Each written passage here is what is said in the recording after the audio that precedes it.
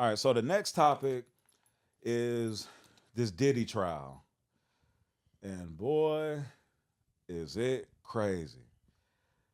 Reading, reading the transcripts from the trial, it's like reading a horror book because it almost, sounds unrealistic. It's crazy. But what I'm trying to figure out is, out of everything that I'm reading, and let me start by saying this too. I'm definitely sensitive to women being abused, being drugged, being raped, being forced to do things, out of their control. But bruh, where at some point there's got to be some kind of accountability, on the other end for, partaking in some of this. And again, I'm really trying to be sensitive to the fact that, maybe Cassie was put in a position, where she felt like she couldn't get out of or step away from. But just as a realist, it's hard to comprehend how you could go through like some of these like sickening things for 6, 7, maybe 8 years and not one time run away, call the police, tell your family, just do something to get yourself out of the situation. Now, I've had partners tell me that I need to be more sensitive, like on that thought process, and that, us as men, we could never, truly understand a woman's position, being in that type of position where a man of power is manipulating her, forcing, some of these different things on a woman. And yeah, like you're right. I could never fathom the thought of that because the realist in me, the discernment in me, just doesn't allow me to just think that you can be a victim for that long. I mean, I really don't understand it. And I'm saying it like this because I don't want to be harsh, but at the same time, it's just really hard to understand how you could let like such harsh things happen to you and you stay around. Now, I'm not saying that she enjoyed all of these things or that, she wanted to participate in all of these things, but I also don't feel like she was a victim the whole time. I definitely, I feel like, look, she got with a $1 billion man, high value man. No, let me not quote Kevin Samuels. But I feel like she got with this guy, she got with Diddy, and she had to have known, like, to a certain degree, what she was getting herself into. I mean, first of all, from her transcripts, she was saying that she got with him while he was still with Kim Porter. So my first thought is, okay, why would you engage in a relationship with I believe he was married to her, maybe separated, but they might have still been like together in a relationship. Like, why would you engage yourself in a relationship with a man that has another situation? Okay, I understand that she was signed to him. She was signed at a very young age. So on one side of things, there's, where she's scared that her career, is gonna be put at jeopardy or that she's gonna be blackballed in the industry and all of that. But again, after all of these years and I think she put out one album all of this time she was with him. Like, man, come on. Like when you didn't get your sophomore follow-up, like how didn't you after a certain amount of time say, okay, I got to get out of here. Like that's just difficult for me to comprehend for real, for real. And I'm honestly not trying to, just look at this like and be one sided with it or not be sympathetic, to the situation. But again, it's just difficult to understand like how a person can stay in a situation that's harmful to them for so long without, you know, crying for help. Now, another thing that I'm trying to understand is where's the Rico? Like, this is a Rico charge. This is a federal charge. I've never seen a federal charge. I've never seen a Rico charge without having co-defendants.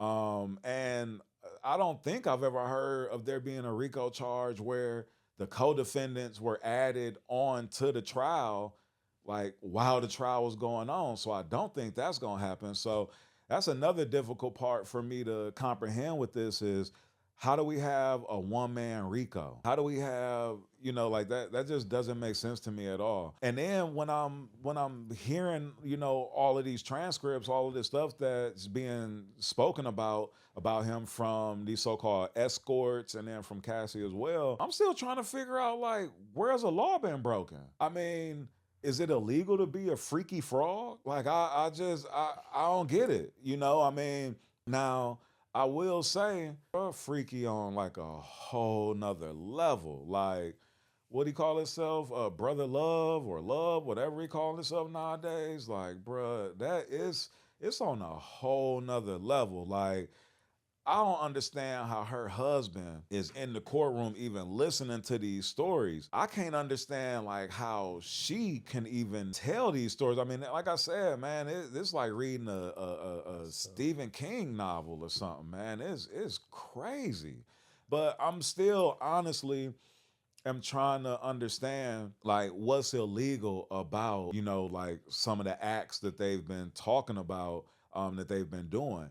Yes, it is disgusting. Like, yes, it's horrific. I wouldn't want that on my sister's cousins. Well, I don't have a sister, but if I had sisters, I wouldn't want that on them. Female cousins. If I had a daughter, I wouldn't wish that on her. I would be sick, hearing these things about someone in my family that this was happening to. But at the same time, I'm just trying to figure out like what's illegal about, finding people on Craigslist, finding people on Backpage. I mean, that shit, I know people that, that didn't dated on Backpage or Craigslist That's listings or crazy. whatever. You know what I'm saying? Not me. I ain't never did that. I've never been desperate enough to do nothing like that. So I can't even understand it. And then too, like I'm too much of a what you call it, like I'm too much of a clean freak. I'm too much of a like I just can't smash somebody or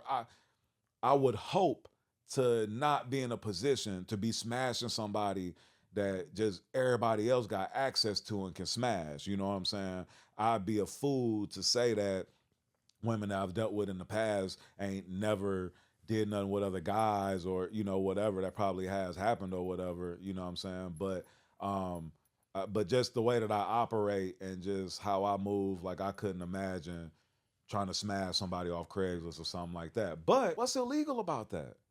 And so I know people are saying prostitution because he paid them or whatever.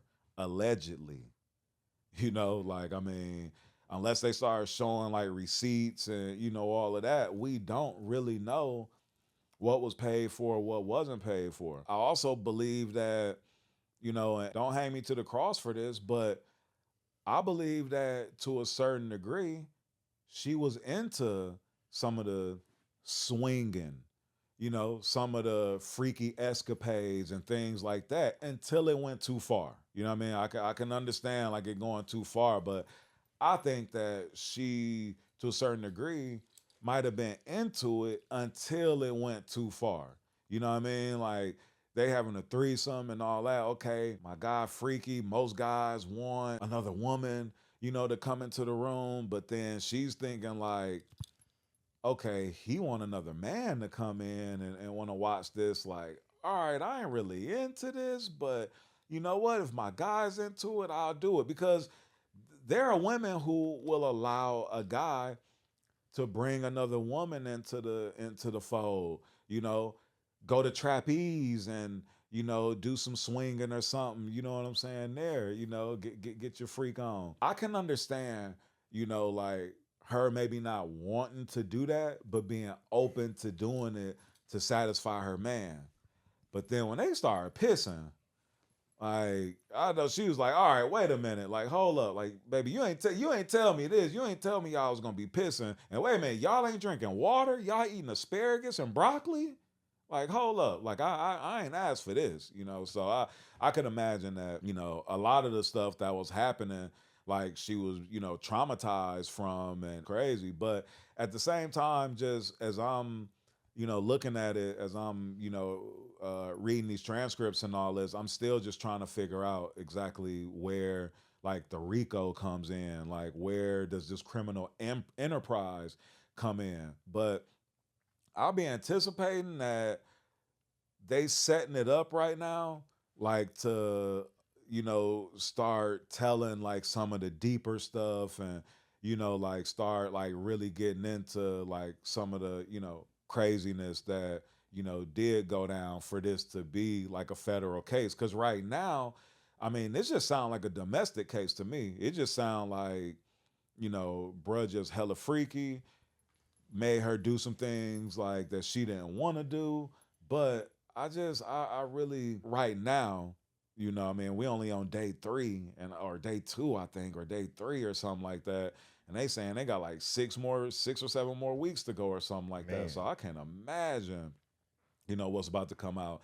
And then I can't imagine like what other execs, what other artists, what other celebrities names are about to start, coming up in this. Is it's a scary time. I know it's a lot of folks that probably was doing some freaky shit with them that is, biting their fingernails to the meat, because they nervous that their name's about to pop up. So it's gonna be interesting to see, like how this goes. I personally think that this dude not going to jail. So far with what they talking about, like he's just a freaky frog, and that's just what it is. But I know there's a lot more to come. There's a lot more, I believe, like more witnesses that's gonna be stepping up and talking. So it's gonna be interesting. But I don't think that this is a RICO charge.